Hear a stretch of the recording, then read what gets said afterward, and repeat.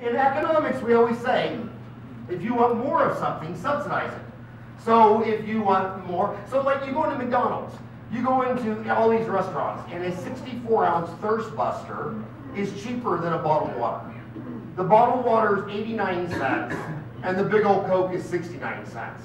And how many times I've been at McDonald's or one of those places, and I'm hearing little kids say, oh, I'll take a water, and the kid says, well, the Coke's cheaper. So why is the Coke cheaper? Because your government subsidizes corn. So basically, corn is cheaper than water in all these places. And the three fastest growing diseases in the world are dental caries, the fastest growing disease in the world. Number 2 is diabetes. Number 3 is obesity. Where's the pediatric dentist in here? Yeah. There's 2 of you? And it was amazing in Hong Kong, all the dentists over my age said that when they got out of school, there was never no such thing as a cavity before age 6. And now China has the worst problem because with the one-child rule and economics, law of unintended consequence. So when you only have one child, you have 2 parents that are spoiling you, and each parent has 2 parents. So you have 6 adults, and what do they try to do to spoil this kid? Bring in these new treats. And these Chinese people bring in their baby and say, why is my baby a basketball with all these brown dots? And you're like, you know, you've eaten a traditional Chinese diet for 5,000 years, and you're feeding this kid Coke and all that, and they all say the same thing. Well, he likes it. And so diabetes is off the charts, pediatric decay is off the charts. I mean, it's just crazy what we do. But if you want more of something, subsidize it. If you want less of something, don't subsidize. That's why the student loans have hit $1 trillion in debt. Because your government's been subsidizing student loans. So the cost of an education is probably 3 to 4 times what it would be if no one ever would have subsidized any of these. If they had to go on the fair market, nobody would be paying $45,000, $50,000, $60,000 to go to these deals. So if you want your staff to reform more people, you got to subsidize it. This is killer. So what we do is when we give them a card, when we get done with something, we always say the same thing. I said this for 20 years. I said, look, I haven't had a cavity since I took microbiology freshman year dental school. I haven't had one in 20 years. Even though I eat sugar. I'm known to eat sugar, ice cream, basically anything that Sonic sells. I eat regularly. And it's my comfort food. And when I miss my dad, I eat a full lunch chili cheese dog. But the bottom line is, I tell them, I say, look, there's only 2 animals that get cavities. You and Winnie the Pooh. Because Winnie the Pooh eats sugar, and you eat sugar. If Winnie the Pooh didn't eat honey, like Bambi and Thumper never eat sugar. They don't brush, they don't floss, they never had a cavity. So you sit there, I mean, the whole decay process is insane. I mean, America's going to go bankrupt fighting obesity, dental decay, and diabetes while they're subsidizing corn farmers and don't want to pay for Obamacare. I mean, it's just crazy. And then what's even more crazy is you're born without any of these diseases. You're not born with Streptococcus mutans in your mouth to get decay, or P. gingivalis to get gum disease, or HP virus, human papillovirus to get oral pharyngeal cancer. But then you hand your baby to grandma, and she kisses it on the mouth. And we figured out that by age 6 months, 90% of these children test positive for Streptococcus mutans. When they do the DNA analysis, not to throw women under a bridge because I'm a man, but 95% of the time they catch it from their mother. And the mom's kissing it on the mouth, condemning it. I mean, it's just crazy. And then look how crazy or excited, where's the orthodontist in the room? Can I throw you under a bridge? So if you go to the orthodontist and you have spaces in between all your teeth, you never have to brush and floss. So we'll say, hey, we got a great idea. Let's put you in ortho, pull all your teeth together, so there's no oxygen in between your teeth, so that gram-negative falciparum anaerobes like Streptococcus mutans and P. gingivalis can grow. And the mechanism for floss is carrying the sugar out and carrying air because the 20.9% oxygen kills the Streptococcus mutans that you caught from your own mother. In fact, every time you get a dental bill, I tell everybody, well, just send it to your mom. She's the one who infected you. She's liable for all dental bills. Not your employer, not the government, not Medicaid, your damn mom who kissed you on the mouth. And so then the orthodontist, we had 10,000 orthodontists making sure there is no air around any of the teeth. If we were scientific, we would send everybody to the orthodontist to make sure there is a clean millimeter of space between all the teeth, like a orca or a shark or a whale. And it's like, it's just, the batshit craziness that goes on. We subsidize corn, the orthodontists make everything anaerobic, and they come into my office carrying a Mountain Dew into the room. I'm like, dude, would you take your bong to church? I mean, most people don't smoke pot in church. They leave it in their car, they leave it in their trailer. But no, you have to bring a Mountain Dew into my operatory of sacred dentistry. And so then when I tell them, when I'm done, I say, look, if you leave here and you go to the hygienist, so here's the United States. So by age 65, 1 in 3 have 0 teeth. 31 million Americans have no teeth. Another 31 million Americans have lost more than half their teeth by age 65. I and my staff, we eat sugar, we drink pop. I mean, in my dental office, they're just all, we got our proportion of hefty people, but we all brush and floss. I tell them, I say, every morning when I get up, I get in the shower, I brush my teeth in the shower, I floss in the shower, I shave in the shower, and I'll be honest, I even pee in the shower. But anyway, so the bottom line is you just need, so I'll say, look, if you leave here and do what the hygienist says, the hygienist, where's the hygienist in the room? Raise your hand high. Can any of you take your upper denture out right now? Just for demonstration.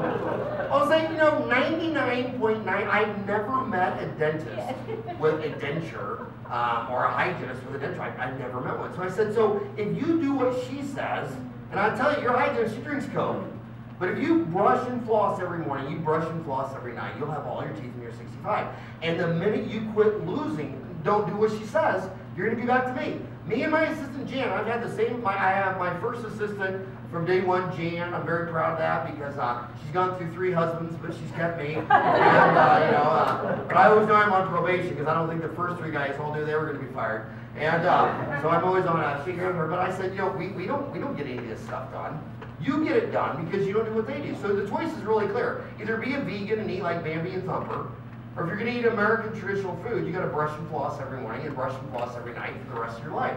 And I don't care what you do. And then dentists, since everybody's egomaniac, you always look at where the crown fits the tooth, and if there's any recurrent decay, you always blame it on you because you're an egomaniac, and that's the juncture between, I guess, something falls and where you were. But you know what? A tooth is like a barn, okay? Those termites got it. I mean, when you go to a Kansas farm barn house, do you think the termites come to the barn and say, well, let's start at the door crack because there's a little give there? They just walk right up to the straight barn side wall and just start eating the whole thing.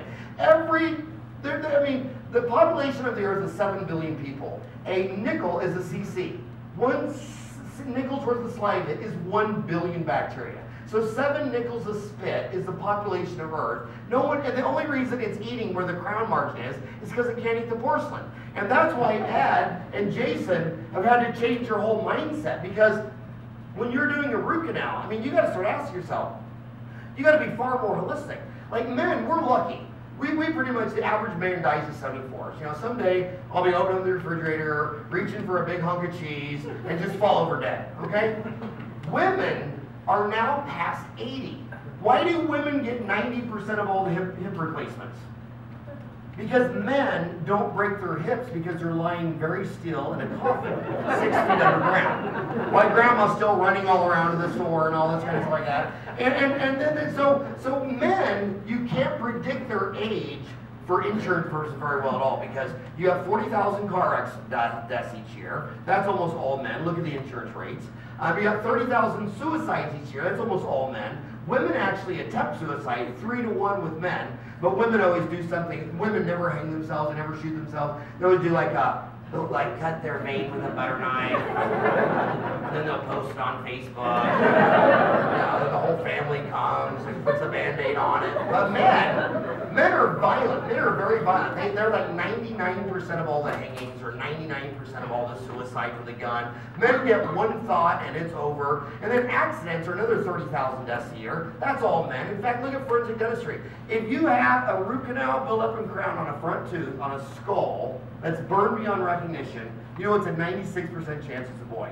Every time I've ever done a root canal on number 8 or 9, which are the only 2 teeth that Ed will let me treat, and because if I go to the laterals, he'll have to retreat it later. And he says, every one I've ever done in 20 years, I said, now what were you doing that your sister wouldn't have done? And it's always something, I was jumping a ramp and I was on my skateboard. They were always doing something. So women are extremely predictable how long they're going to live. And right now in America, they're living about 11 months longer than their mom. So then if Jennifer came into my office and she needed a root canal on number 3, and she didn't brush her floss, this thing had a crown on it 6 months ago, it has recurrent decay again, and I'd say, Jennifer, how old was your mother when she died?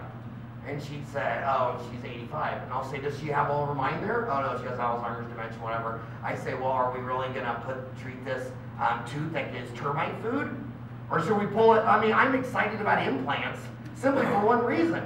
They can't be eaten by gram-negative anaerobes. And you can do endo on old ancient men all day long, because once you're a man over 65, they're already digging your coffin. I mean, they're already getting it ready, they're waxing it, getting it all ready.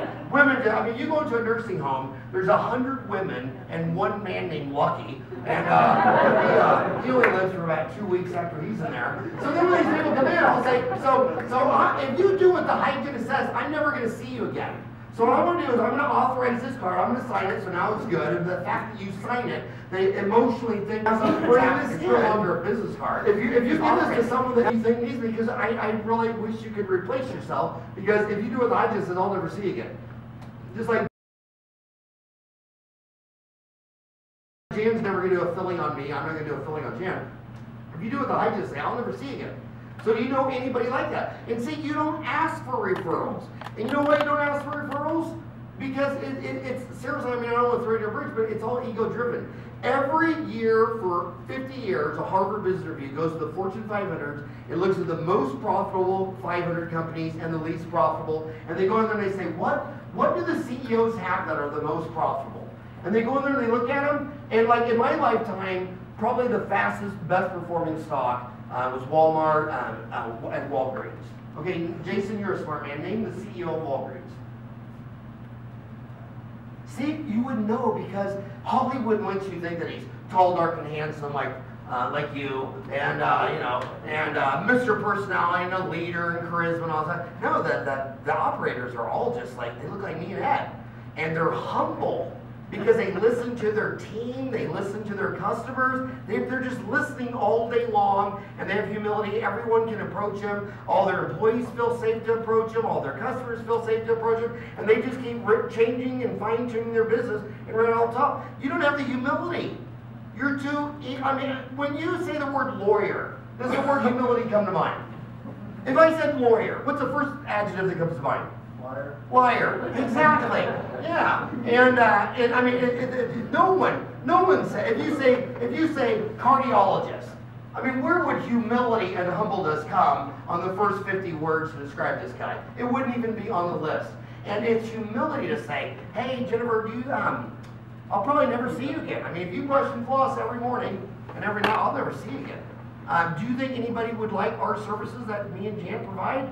And when you ask them that, they always want to please. They always want that reciprocity, because we're pack animals. Dogs, cats, monkeys, apes, we all have to work together. So you're hardwired at birth to have empathy, sympathy, and want to reciprocate and be nice. And they'll say, yeah, give me a $5. And then when that person brings them in, that person will get a $20 Visa card. You, who sent them in, you'll get a $20 Visa card. And your staff member, they'll get a $20 Visa card. That's $60 for a new patient on word-of-mouth referral. You want more of something, subsidize it. And then since you're a dentist, you think the whole world is you. You think the whole relationship is you. You're usually one of the least significant persons in this whole deal.